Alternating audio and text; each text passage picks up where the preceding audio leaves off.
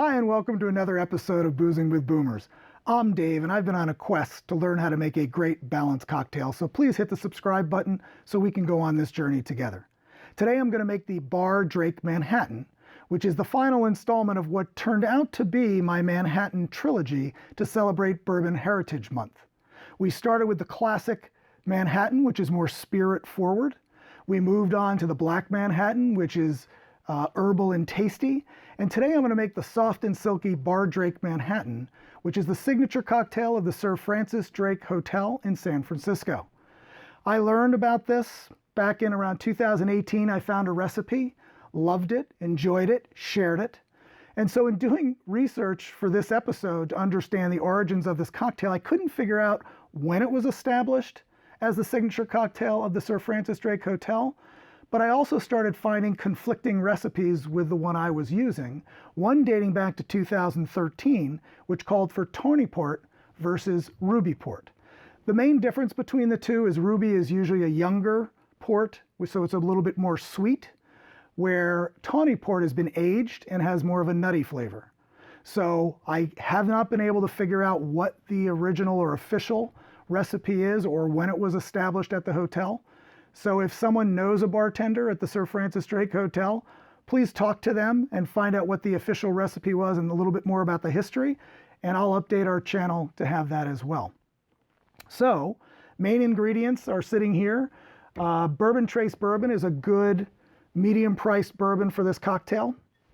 And the recipe is 2 1/4 ounces bourbon to 1 ounce of the ruby port to 1 teaspoon of maple syrup and a dash of Angostura bitters. The tough part about 2 1/4 ounces of bourbon is you're really filling up your, and I almost broke my own rule that we started talking about, which is put in the least expensive ingredients first.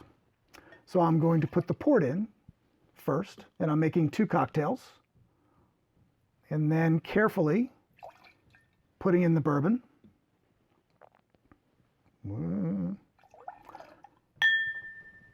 And then what's great about this, so it calls for regular maple syrup, but I started using bourbon barrel maple syrup, which you can find online. I happen to find this in our local Wegmans. Trader Joe's, I had some as well, but that was seasonal and too hard to count on. But it's a teaspoon per cocktail. So I will carefully pour that in there. It does add so it's not a gimmick. It doesn't. It's delicious. It does add a little bit more of a roundness to this, so not as much sweetness. That does make a difference. But if you only have regular maple syrup, you will get an understanding of how beautiful this drink is. But I do suggest that you go out and try to find it. It's not that expensive. There are some expensive ones online. Personally, I don't think you have to spend that much. And then it was a dash per cocktail of the Angostura. And then let's make sure to put enough ice in the drink to chill it properly. And remember from one of the episodes we talked about the fact, and this was something that I learned over time, I always thought you put enough ice in that you were going to use for the cocktail, not realizing that ice chills ice.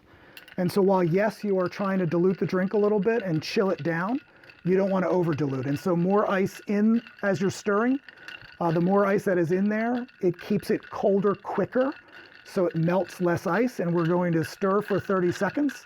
And I am trying to count in my head. But the other thing about this cocktail that I like, it is my wife's favorite cocktail, but one of the reasons it's very soft because of the maple syrup really tamps down the heat of the whiskey while bringing out a lot of those vanilla flavors. So I find this a non-whiskey drinker's cocktail, and I've experimented with a lot of people who tell me they don't like whiskey. I think I need another few seconds. So this is a great one to have in your portfolio when we eventually can have a lot more people over at our house. Oh, and what I forgot, and I'm breaking a rule here, but I chilled down glasses, so I'm gonna go quickly. As we've learned, when you're serving anything up, you can put it in the freezer.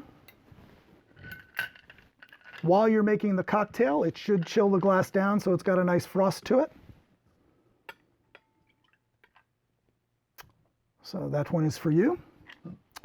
And then the boomer always drinks his own cocktails. Make sure I've done it correctly. Again, we get to use the great Luxardo cherries. And I have had people start to write in and tell me directly of other cherries out there. But I like these. These are easy to get. Whoops. So there you go. One cherry for you. And of course, the Boomer needs his cherries as well. And 2 for me. So let's see how I did.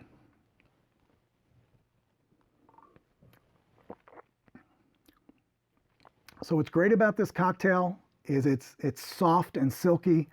It's got a lot of flavor. You'll get the hint of the maple syrup on your back palate. So what's nice about this, if you like maple syrup, it is not overpowering at all, but really adds a nice dimension to a cocktail. And I've got a few more as we get in the colder winters that use the bourbon barrel maple syrup as well. So I hope you try this.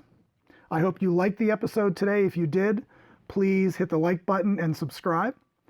Make this, share it with your friends, and let us know what everyone thinks about it so we can continue on this journey with boozing with boomers together. Thanks and cheers.